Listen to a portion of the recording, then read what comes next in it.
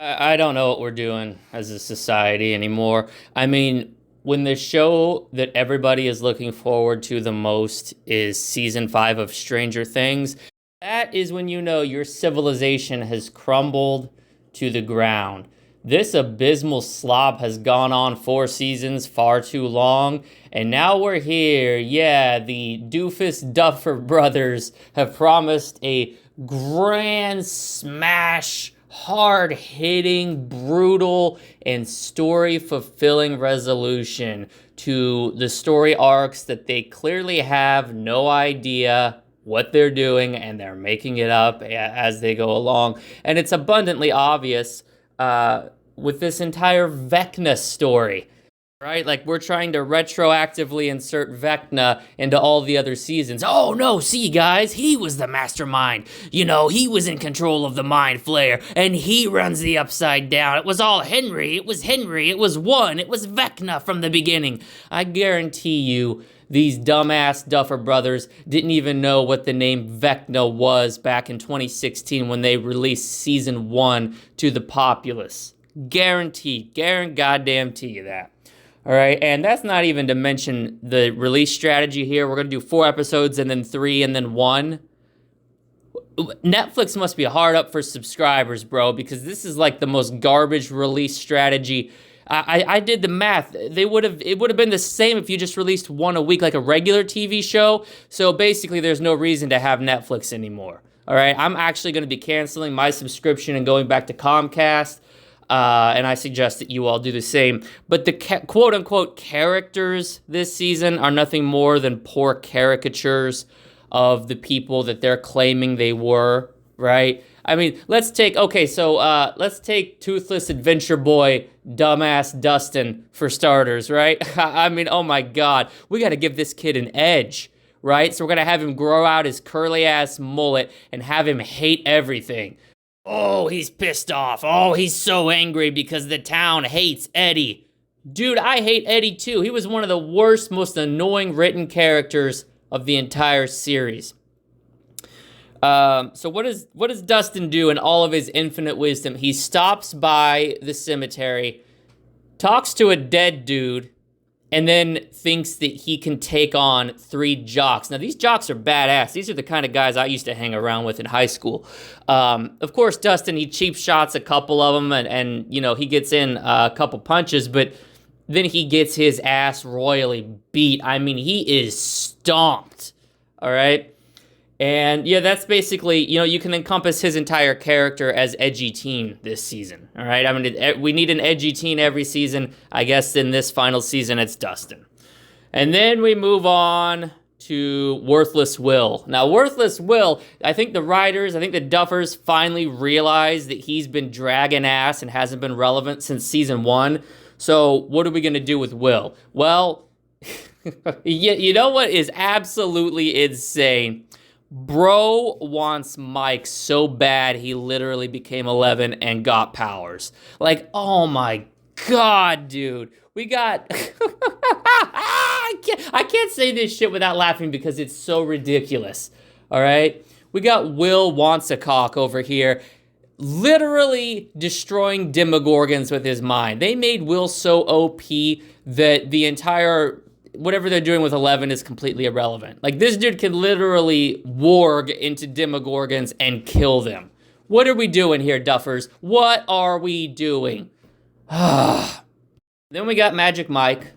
Magic Mike out here trying to pretend that his homoerotic tendencies don't exist. He's with 11 just for looks and shows. He's 100% in the closet. But Magic Mike, you see, this season, Magic Mike is finally taking charge, and he's trying to realize the character that he's always meant to be, right? Oh, God.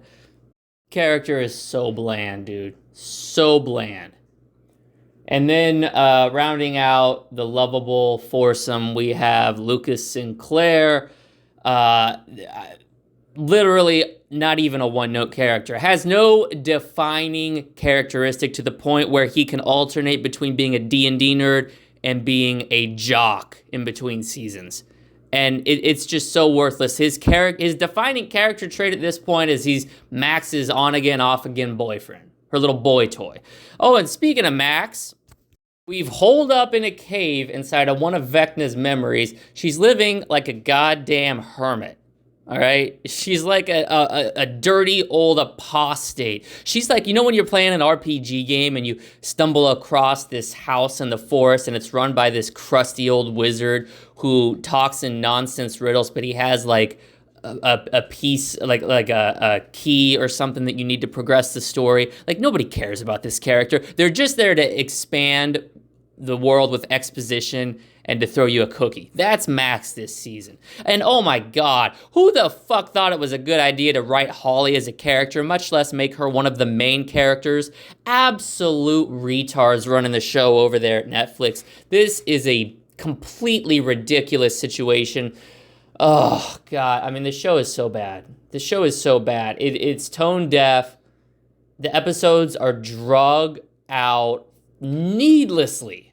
Like, they are so long that each episode is almost the length of a full-length feature film for no other reason than to force you to spend more time with these characters who are complete garbage. And then there's the teens. Yeah, the Scooby-Doo gang over here consisting of Steve, Jonathan, Nancy, Robin. Oh my God. Oh, and Robin and Will, they formed the Space Society of Hawkins Club. That's nice. Yeah, we gotta have the two gay characters bond because they don't have any other characteristics. Let alone the fact that Robin is having a full-blown makeout session, like full-blown intro to a lesbian porno session in a hospital where she could be seen by literally anyone. It just so happens that the only gay kid in Hawkins is the witness to the crime.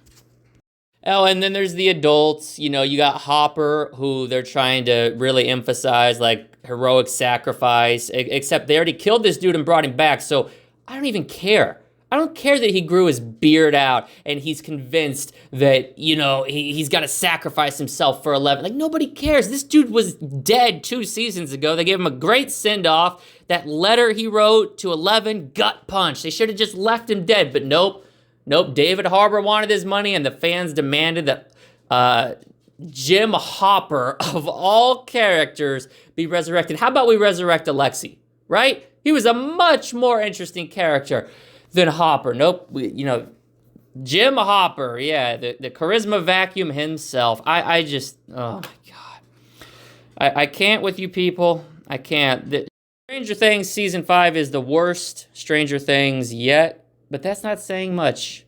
Volume 2 is going to be worse than Volume 1, and then Volume 3, which consists of a single episode. The Volume 3 is a slap in the face, I guarantee you. I guarantee you that Stranger Things will top Game of Thrones as the show with the worst ending. And come the new year, right? Everybody, mark your calendars. Come the new year, when you are sitting there, your jaw spilled open as the credits roll on Stranger Things Season 5 and the series as a whole, you come back to Dead Metal's channel, you come back to this video, and you write, well, he was right. Because that's the only thing I'll ever be. I am the honest truth in a world of paid-off journalism and tabloid lies. And let me tell you, the truth hurts. Stranger Things Season 5 absolutely sucks.